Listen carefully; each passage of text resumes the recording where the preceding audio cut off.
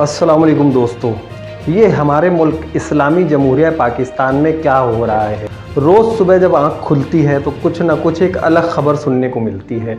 कभी पता चलता है कि किसी डिलीवरी बॉय को गैरत के नाम पर कत्ल कर दिया गया, कभी ये पता चलता है कि 4 बच्चों या 5 बच्चों के बाप ने अपने 4 बच्चों को नहर में बहा दिया और अपने बच्चों के साथ ज़्यादती किया करता था। कभी ये खबर सुनने को मिलती है कि किसी ने अपनी पसंद की शादी कर ली तो उसको उसकी सज़ा ये दी गई कि उसे और उसकी दुल्हन समेत और उसकी माँ के साथ उसे कत्ल कर दिया गया। मतलब हम किस मुल्क में रह रहे हैं, यहाँ पर क्या कवानीन है, कुछ भी नहीं पता। और इसी की एक कड़ी है गुजरांवाला में होने वाली पसंद की शादी, और वहाँ पर कत्ल कर दिया गया उस लड़की को, उस लड़के को और उस लड़के की माँ को। उसके पीछे क्या कहानी है, क्यों कत्ल किया गया, किसने कत्ल किया, कैसे कत्ल किया, ये सारी डिटेल्स बताऊंगा मैं आपको आज की इस वीडियो में।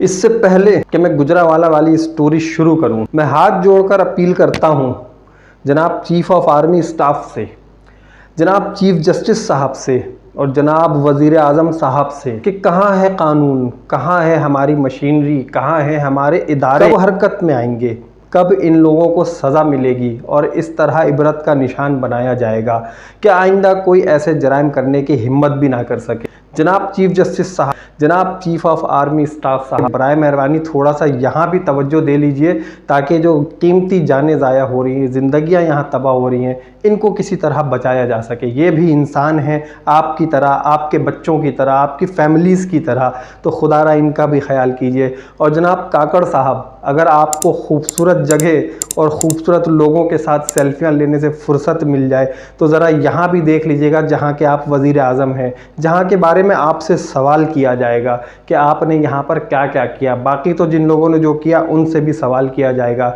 लेकिन जब आपको अभी थोड़े अरसे के लिए ही सही ये ज़िम्मेदारी सौंपी गई है तो बराए मेहरबानी इस ज़िम्मेदारी को ज़रा अच्छे से अंजाम दीजिए ताकि आपके जाने के बाद ये कौम आपको दुआएँ दे। तो दोस्तों, गुजरांवाला की कहानी कुछ यूँ है कि यहाँ पर एक शख्स ने अपने चाचा की पुरानी पिस्टल से 14 गोलियों के ज़रिए 3 लोगों को मौत की नींद सुला दिया।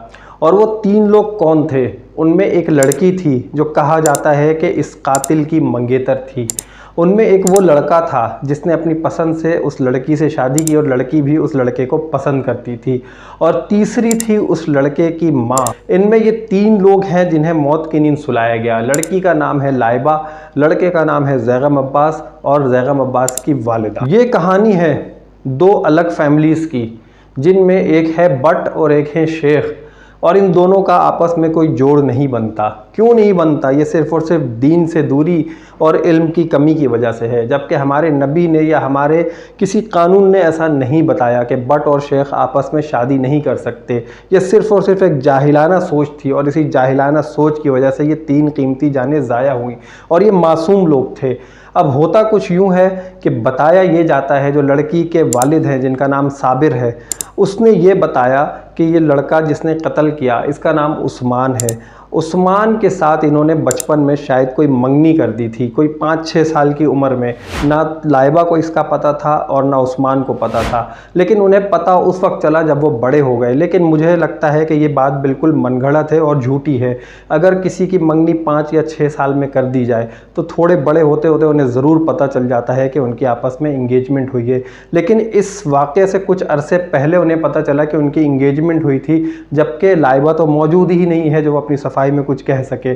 तो बहरहाल होता यह है कि लाइबा को कोई 4 साल पहले जैगम अब्बास नामी लड़के से मोहब्बत हो जाती है और उसके बाद इनकी ये कहानी चलती रहती है। जब लाइबा के घर वालों को पता चलता है तो लाइबा के घर वाले बताते हैं कि बट और शेख फैमिलीज़ का आपस में मिलाप होना नामुमकिन है, तुम्हारे वालिद साहब नहीं मानेंगे। लाइबा बज़िद होती है कि कुछ भी हो जाए मैं जैगम अब्बास से ही शादी करूँगी।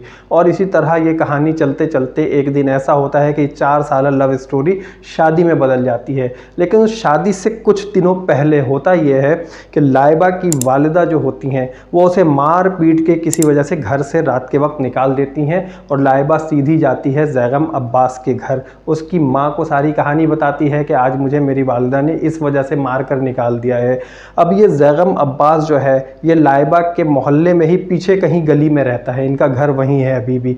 तो होता फिर यह है कि उसकी वालिदा उसे समझा बुझा कर ले जाती हैं, उसके घर पे छोड़ कर आती हैं और बता देती हैं कि भाई ये बच्चे हैं और इनकी मर्ज़ी ये है कि ये आपस में शादी करना चाहते हैं। तो बहरहाल उसकी वालिदा जो होती हैं लाइबा की, वो उस वक्त भी नहीं मानती हैं और इसी तरह चलते चलते कहानी कुछ और आगे बढ़ती है। तो एक दिन ऐसा होता है कि लाइबा जो है वो फ़ोन करती है और बताती है कि मैं बहुत परेशान हूँ और मेरी परेशानी दूर करें, मेरी शादी करा दें। तो ज़ैगम की वालिदा जो हैं वो फ़ोन करती हैं लाइबा की वालिदा को। लाइबा की वालिदा से और ज़ैगम की वालिदा से आपस में बातचीत होती है। तो यहाँ पर ज़ैगम की जो माँ होती है वो बताती है कि अब ये बच्चे हैं, इनकी बात मान लो और अगर खुदा न खास्ता ये कोई गलत कदम उठा लेते हैं तो फिर क्या होगा। तो इसके जवाब में जो लाइबा की माँ होती है वो ये कहती है कि अगर इन्होंने कोई गलत कदम उठाया तो याद रखो मैं इनके टुकड़े टुकड़े कर दूंगी और साथ में तुम्हारे टुकड़े भी कर दूंगी। और आखिरकार उसने किया ऐसा ही। बताया जाता है कि लाइबा अपनी 5 बहनों में सबसे बड़ी होती है, जबकि ज़ैगम अब्बास अपने 6 भाइयों में सबसे छोटा भाई होता है। और इनकी ये 4 साल लव स्टोरी चलते चलते बिर आखिर अपने तकमील तक पहुँचती है 9 सितंबर 2023 को। और इस वक्त होता यह है कि इनकी शादी होती है। लेकिन इनकी शादी कैसे होती है? इनकी शादी होती है लाइबा अपने घर से भागकर आती है और बताती है कि अब मैं नहीं रह सकती, क्योंकि अगर मैं वहाँ जाऊँगी तो मैं मार दी जाऊँगी और मुझे मेरी ज़िंदगी को बचाएं, मुझे बचाएं, मेरी शादी करा दें और मैं कुछ नहीं जानती, मैं वापस नहीं जाऊंगी। ये कहकर वो ज़ैगम अब्बास के घर में रुक जाती है। उसकी वालिदा सोचती हैं कि हमें क्या करना चाहिए। वो मशवरा करती हैं अपने घर वालों से, तो उनके घर वाले कहते हैं कि जब ऐसे मामलात हैं तो फिर इनकी शादी करा देनी चाहिए। और इस तरह उसकी फ़ैमिली, ज़ैगम अब्बास की फ़ैमिली लाइबा को और अब ज़ैगम अब्बास को लेकर कोर्ट जाते हैं और वहाँ पर उनकी कोर्ट मैरिज हो जाती है। और फिर वो ये ख्वाब देखने लगते हैं कि अब हमारी शादी हो गई, अब हम एक हो गए हैं और अब हम जो है बहुत अच्छी ज़िंदगी गुजारेंगे, अपनी ज़िंदगी में बड़ी खुशियाँ पाएंगे। लेकिन उन्हें ये नहीं पता होता है कि 15 दिन के बाद ही उनके साथ क्या होने वाला है। अब उसके बाद मामलात बिगड़ने लगते हैं। लाइबा के घर वालों में खलबली मच जाती है कि लाइबा को हम किस तरह बुलाएं। और आखिरकार बीच में कई बार लाइबा की वालिदा ज़ैगम अब्बास की वालिदा को फ़ोन करती हैं और कहती हैं कि लाइबा से मिलने का बहुत दिल चाह रहा है, आप लाकर एक बार मिलवा दें। लेकिन वो कहती हैं कि ठीक है, मैं मिलवा दूंगी। वो ये कहती हैं कि अच्छा ठीक है, इसकी बहन बहुत बीमार है लाइबा की, वो अपनी बहन से मिलना चाह रही है, आप मिलवा दें। वो फिर कोई बहाना बनाकर टाल देती हैं और ये देखते देखते आखिर कोई इसी तरह 10 से 15 दिन गुजर जाते हैं। और 10 से 15 दिन गुजरने के बाद फिर होता ये है कि एक दिन लाइबा की वालिदा उन्हें कहती हैं कि अब हमने अपना दिल साफ़ कर लिया है, अब आप लाइबा को और अपने बेटे को लेकर हमारे घर दावत में आइए, हम आपसे जो है सुलह सफाई कर लेंगे, जो भी माफ़ी तलाफ़ी है वहीं कर लेंगे और आप लोगों की शादी की दावत भी हम कर देंगे और इसको प्रॉपर तरीके से हम रुखसत भी करेंगे अपने घर से। तो आप अपने बेटे को ज़रूर साथ लेकर आइएगा। लेकिन इस कॉल के बाद ज़ैगम अब्बास की माँ के दिल और दिमाग में शुकूक व शुबहात जन्म लेने लगते हैं और वो ये सोचने पर मजबूर हो जाती है कि जो लोग जान के दुश्मन बने हुए थे वो किस तरह से दावत दे रहे हैं, वो किस तरह से ये कह रहे हैं कि आप हमारे घर आइए, हम जो है प्रॉपर तरीके से रुखसती करेंगे, सुलह सफाई कर लेंगे। फिर इस बात का इजहार वो फ़ोन करके लाइबा की माँ को बताती हैं कि बहन आप तो मुझे बुला रही हैं, लेकिन अभी भी मेरा दिल बहुत डर रहा है, मुझे बहुत डर लग रहा है कि ऐसा क्या है। वो कहती हैं कि आपको डरने की ज़रूरत नहीं है, आप बिला खौफ व ख़तर आ सकती हैं, जब रिश्तेदार बन ही गए हैं तो अब क्या घबराना, अब तो आना जाना लगा रहेगा।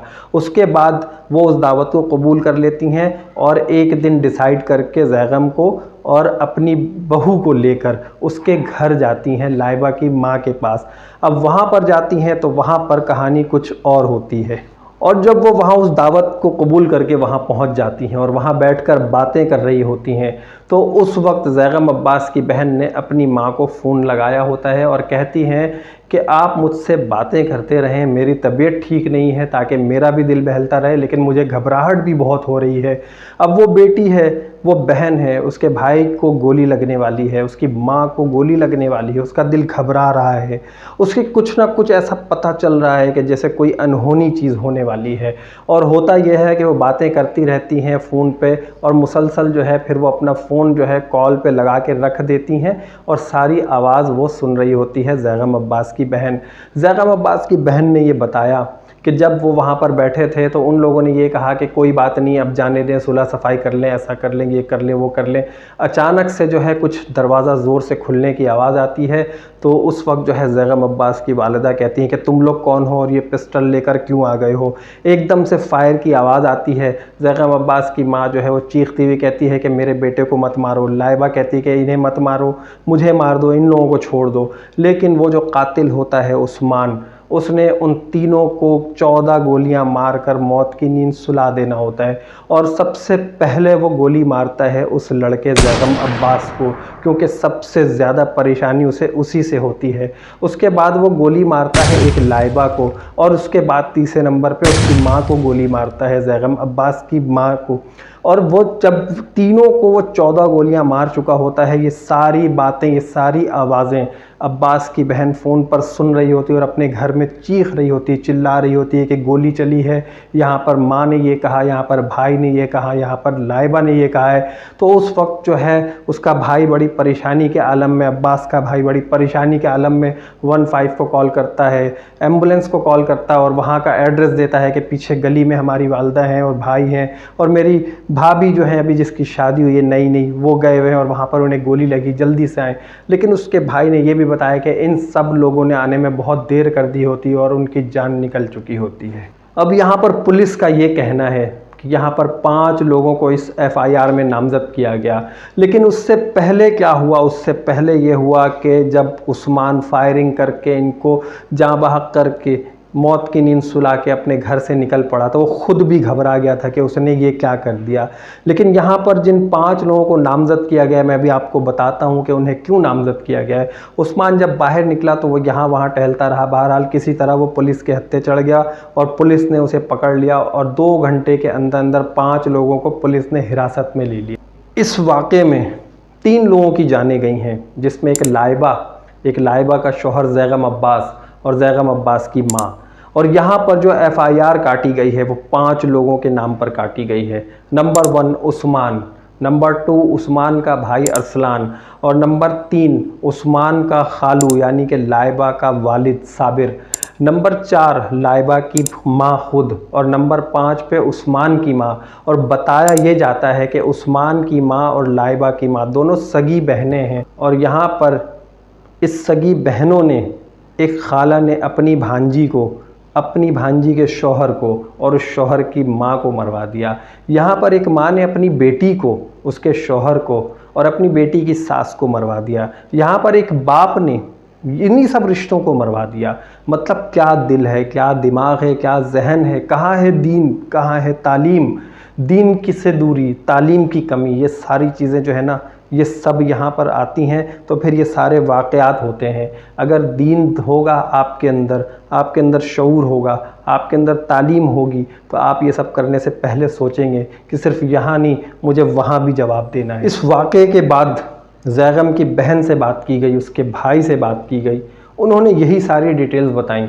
उसकी बहन ने रोते रोते ये तक बताया कि जिस फ़ोन से उसकी माँ बात कर रही थी, उस फ़ोन तक को गोली मारी गई है। मतलब आप ये देखें कि हम किस हद तक जो है इंतकाम की आग में भड़क रहे होते हैं कि उस फ़ोन तक को गोली मारी गई। वो फ़ोन भी वहाँ पे बुलेट की फायरिंग से टूटा हुआ मिला। पुलिस ने FIR के मुताबिक ये बताया है कि इसमें 2 लोग थे जो फायरिंग कर रहे थे, जबकि 3 लोग इस वाक़े की प्लानिंग में मुलव्विस थे, और ये तमाम जो है कानूनी कार्रवाई अभी की जा रही है। इसके ऊपर इसके बाप ने कहा कि मुझे कोई अफसोस नहीं है। उसके बाप से पूछा गया कि फ़र्ज़ करें कि अगर उस्मान यहाँ से रिहा हो जाता है किसी तरह, तो आप क्या करेंगे? तो उसके बाप का कहना है हम क्या कर सकते हैं, वो भी हमारे बच्चों की तरह मुझे माफ़ कर देंगे। इसका मतलब साफ जाहिर है कि ये बाप खुद भी मुलव्विस है। उस्मान से पूछा गया, उस्मान ने कहा कि मुझे कोई अफसोस नहीं है, मुझे कोई सदमा नहीं है, मुझे कोई मामलात नहीं है ऐसे कि मुझे कहीं से ऐसी शर्मिंदगी हो कि मैंने कोई गलत काम किया है। उससे पूछा गया कि अगर आपको सज़ाए मौत हो जाती तो क्या करेंगे। उसने कहा कि अगर मुझे सज़ाए मौत हो जाती तो हो जाने दें। उसने ये तक कहा, मतलब ये कि लोगों के दिल से मौत का खौफ निकल गया, लोगों के दिल से अल्लाह का डर निकल गया। अगर मौत का खौफ, अल्लाह का डर हो तो ऐसे वाक़यात नहीं होंगे। तो नाज़रीन, ये थी गुजरावाला की एक ऐसी स्टोरी जो कि कुछ शादी के कुछ दिनों तक ही खुश रह सके, और वो भी बड़ी टेंशन में रहे। और उसके बाद जितनी मरतबा दावत का पैगाम गया, वो दावत नहीं था, उन्हें मौत का पैगाम दिया जा रहा था। और उन्होंने अपने मौत के पैगाम को कबूल किया और अपने मुकर्रर करदा मौत की जगह और वक्त पर पहुंच गए। और उसके बाद जो है वो इस दुनिया में नहीं रहे। उनके लिए दुआ कीजिएगा अल्लाह ताला उनकी मग़फ़िरत फ़रमाए। और ये जो लोग पीछे मुजरिम हैं, मैं ये कहता हूँ हुकूमत पाकिस्तान से, चीफ़ जस्टिस ऑफ पाकिस्तान से, तमाम कानून नाफिज करने वाले इदारों से इस तरह के लोगों को छोड़ना नहीं चाहिए, ताकि दूसरे लोग इबरत पकड़ें। और बिल्कुल नहीं छोड़ना चाहिए इन लोगों को, इन्हें पकड़ के सज़ा देनी चाहिए और लाजमी सज़ा दीजिए। अगर सज़ा नहीं देंगे तो फिर इन लोगों की हिम्मत बढ़ेगी। इनकी हिम्मत तोड़ने के लिए ज़रूरी है कि पाकिस्तान और इस्लाम के कानून के मुताबिक सज़ाएँ दीजिए। तो दोस्तों, यहाँ की वीडियो हम यहीं ख़त्म करते हैं और देखते हैं कि कानून इनके साथ क्या इंसाफ करता है। अपना बहुत ख्याल रखिएगा इस दुआ के साथ कि अल्लाह ताला आप सबको, मुझे और तमाम पाकिस्तानियों को, तमाम मुसलमानों को, तमाम लोगों को अपनी हिफाजत में रखे और इस तरह के वाक़यात से बचाए। अल्लाह निगहबान।